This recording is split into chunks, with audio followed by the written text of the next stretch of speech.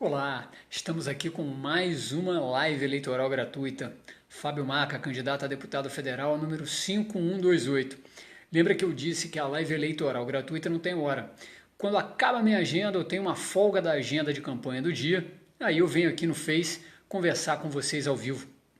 Hoje vou falar sobre como reduzir as filas nos hospitais públicos.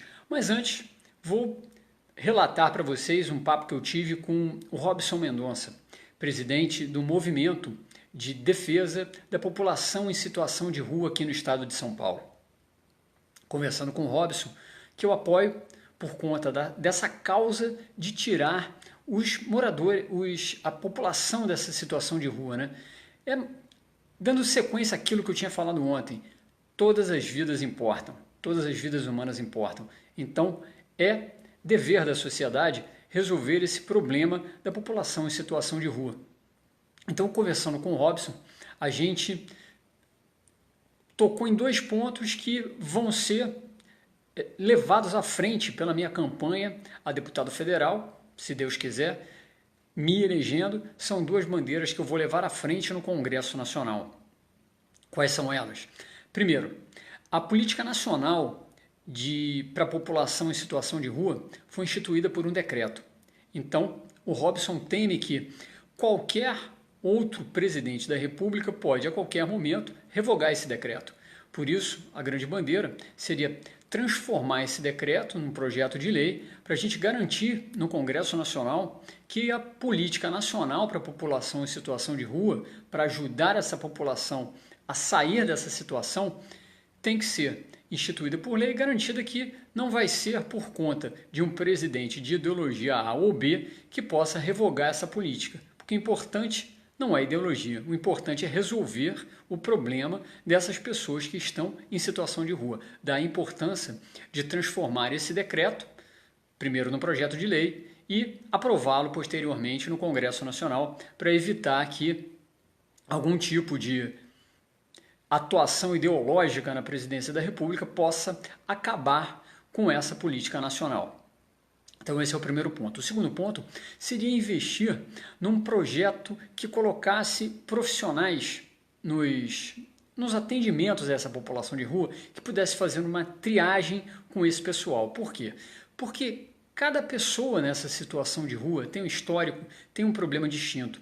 Pode ser uma dependência de droga, pode ser um problema psicológico, psiquiátrico, pode ser uma questão familiar, maus tratos que o levou a sair de casa, pode ser também uma questão de desemprego e por isso que essa pessoa ou essa família foi acabar numa situação de rua. Portanto, com uma triagem, dando orientação adequada para cada uma dessas pessoas, tratando-as individualmente, eu e o Robson acreditamos que a gente consiga resolver esse problema da população em situação de rua. Hoje o Robson estima que são 32 mil pessoas em situação de rua na cidade de São Paulo. Por isso, é um problema grave que deve ser tratado, deve ser combatido. Mas por que parece que os políticos não dão importância? Porque é uma questão que não dá voto. Não dá voto, eles perdem atenção para isso. Mas o político tem que tratar de problemas que são importantes, independentemente de voto ou da manutenção do seu mandato. Por isso, essa situação é importante, deve ser tratada, é uma questão que eu vou levar à frente se conseguir ser eleito, e mesmo se não conseguir ser eleito, vai ser uma bandeira para ser levada à frente, porque é uma situação muito ruim para essa população em situação de rua e é por uma questão de solidariedade, um dever da sociedade tratar desse problema.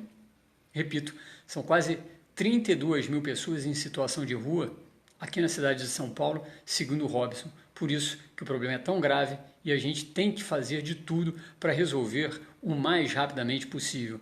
Então, temos duas formas de tratar o problema.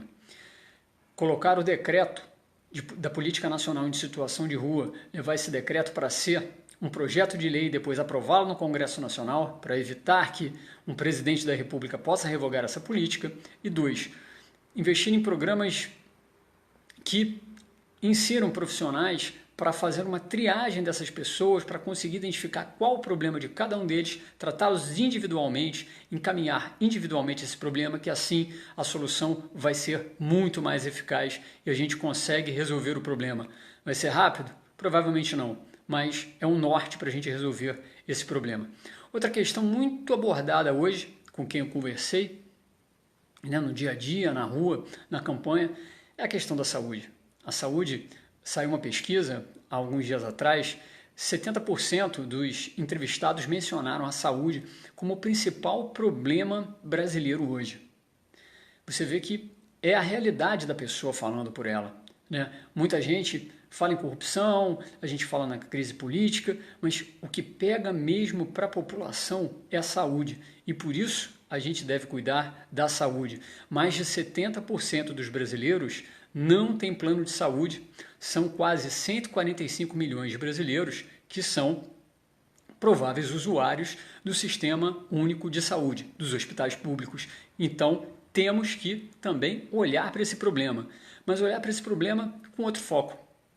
Sabe como é que os planos de saúde privado vêm conseguindo reduzir seus custos? Investindo em medicina preventiva. O médico da família, né, o programa de médico da família é um exemplo disso.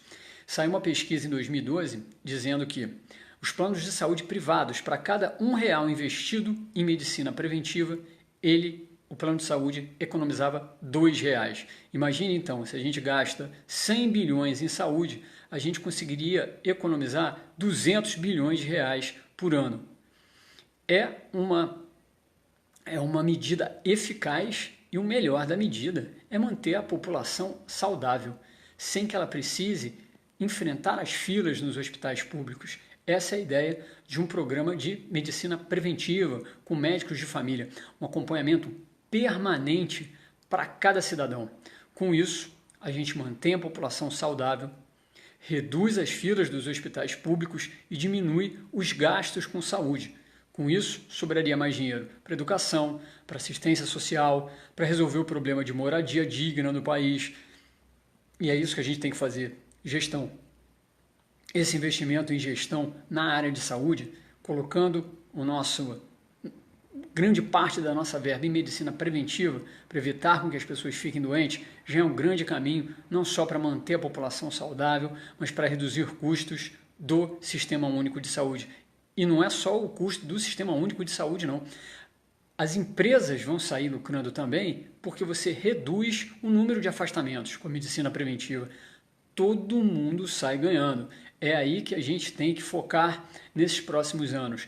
Medicina preventiva para todo mundo ficar saudável, acompanhamento permanente de um médico para a população e, além disso, redução das filas dos hospitais públicos e diminuindo os gastos do SUS. Além disso, vou relembrar aqui as minhas outras bandeiras para a campanha.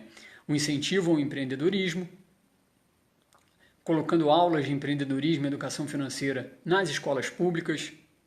Além disso, colocando um sistema alternativo de tributação para as microempresas, um sistema semelhante ao da Inglaterra. As microempresas lá, que têm receita bruta de até R$400 mil por ano, elas pagam seus impostos pelo lucro. Elas não pagam pela receita bruta. Aqui no Brasil, o microempreendedor, conforme a receita vai entrando, uma parte dela vai indo para o governo, que é assim que se paga imposto no Simples Nacional. Mas a gente quer mudar isso, quer que o microempreendedor só pague imposto quando ele tiver lucro. Com isso, quando ele está iniciando suas atividades, ou então nos períodos de crise econômica, que são duas fases em que certamente o microempreendedor está operando com prejuízo no vermelho, ele não pagaria imposto.